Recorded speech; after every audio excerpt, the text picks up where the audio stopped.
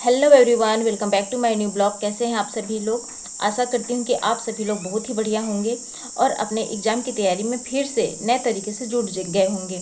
क्योंकि जिस तरीके से आप सभी लोगों को पता है कि पीजीटी और टीजीटी दोनों एग्ज़ाम पोस्टपोन हो चुका है और पीजीटी का तो हमारे पास ऑफिशियल नोटिफिकेशन भी आ चुका है, जो कि मैंने अपने पोस्ट में भी लगाया हुआ है। और टीजीटी का भी लगभग पोस्टपोन हो ही जाएगा, क्योंकि आज मैंने जो पोस्ट लगाया है उसमें यही बोला जा रहा है कि अब जो एग्ज़ाम है टीजीटी और पीजीटी का, यह कराया जाएगा अगस्त और सितंबर में। और फिर से और उसमें यह भी लिखा गया है कि 2-3 दिनों में टीजीटी का भी ऑफिशियल नोटिफिकेशन आ जाएगा। तो फ्रेंड्स, चाहे जितना भी एग्ज़ाम डिले हो, लेकिन देखिए एग्ज़ाम तो ये करवाएंगे ही, आयोग करवाएगा ही और उनको करवाना पड़ेगा ही, क्योंकि यह आयोग के लिए खुद शर्मनाक बात है कि वह एग्ज़ाम करा ही नहीं पा रहे हैं और दिन ब दिन वह टालते जा रहे हैं। 2022 से इसका हमने फॉर्म भरा था, उसकी तैयारी करते रहे थे और अब फाइनली अब एग्ज़ाम देने का टाइम था और यह डिले होते होते 3 से 4 बार यह पोस्टपोन्ड भी हो चुका है और फिर से वही चीज़ें हमारे सामने में पेश है। लेकिन होता क्या है दोस्त कि अगर हार मान जाएं, अगर हम लोग थक जाएं कि अब तो फिर एग्ज़ाम होगा कि नहीं और इसी सोच में लगे रहेंगे, तो इससे बड़ा लॉस हमारा ही है। क्योंकि इतने समय से कोई और नई वैकेंसी तो आ नहीं रही है यूपी में, एक गिना चुना यही वैकेंसी है जिसकी तैयारी में हम लोग लगे हुए हैं और इसको हम बीच में नहीं छोड़ सकते। क्योंकि देखिए हम स्टूडेंट हैं और स्टूडेंट लाइफ में बोला जाता है ना कि एक कोशिश और कर, एक कोशिश और कर, बैठ कर न तू हार कर, तू है पुजारी कर्म का, थोड़ा तो इंतजार कर, विश्वास को दृढ़ बना, संकल्प को कृत बना, एक कोशिश और कर, बैठ न तू हार कर। If you change your mind you can change your life. तो फ्रेंड्स, अगर हमको अपने जीवन को बदलना है तो हमें बैठकर नहीं शोक मनाना है, नहीं हार मानना है, हमको फिर से उसी एनर्जी के साथ में आगे बढ़ना है। और केवल यह यूपी टीजीटी का ही सब्जेक्ट नहीं है हमारे लिए कि हम केवल इसी की ही पढ़ाई करें, इसके साथ में हम अदर स्टेट का भी हमारे पास ऑप्शन है।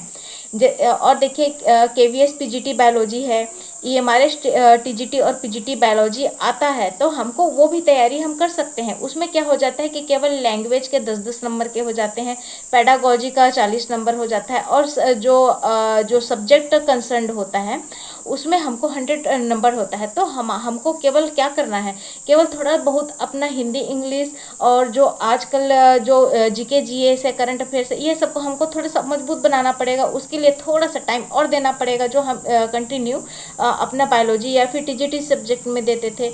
और अगर हम टीजीटी एस्पिरेंट्स हैं और हमने मास्टर डिग्री भी की हुई, तो हम पीजीटी के लिए भी हम लोग एलिजिबल हैं। तो बोलने का मतलब यही है कि हमारे पास पर्याप्त टाइम भी मिल गया है फिर से एक तरीके से। और पॉजिटिव रहना है फ्रेंड, निगेटिव नहीं होना है, पॉजिटिव के साथ में हमको आगे बढ़ना है। और हमको किसी भी तरीके से अपने माइंड को डिस्ट्रॉय नहीं करना है, स्पॉइल नहीं करना है, निगेटिव थॉट नहीं लाना है।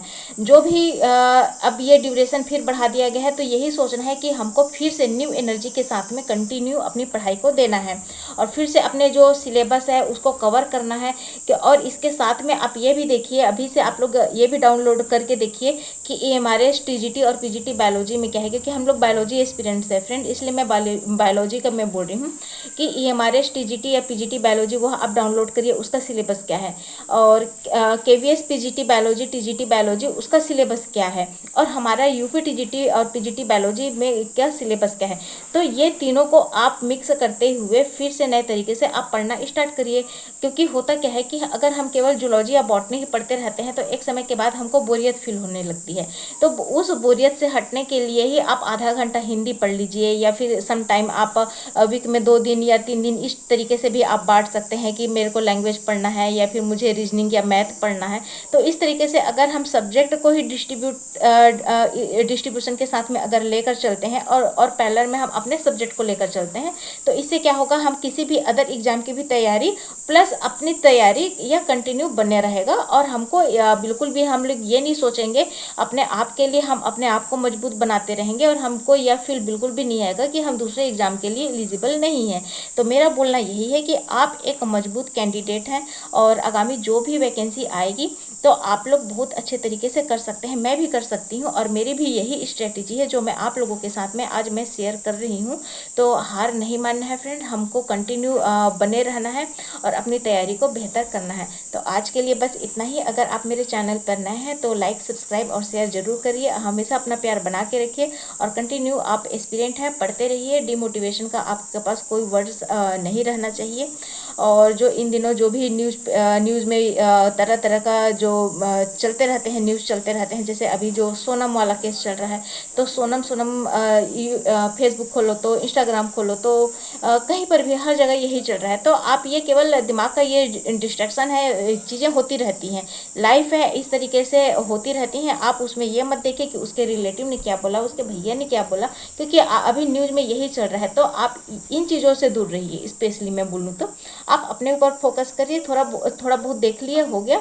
और बाकी जो भी काम है वह कानून का काम है, वो क्या करेंगे वो तो बिल्कुल 100% श्योर है कि किसने कौन सा जुर्म करा है। तो हमको इस तरीके से न्यूज़ में हमको इन्वॉल्व नहीं होना है। हमको अच्छी चीज़ें देखनी है, अच्छी पढ़ाई की चीज़ें करनी है और अपने आप को टाइम देना है और अपने आप से प्यार करना है। बस आज के लिए इतना ही फ्रेंड। तो धन्यवाद, थैंक्स फॉर वॉचिंग।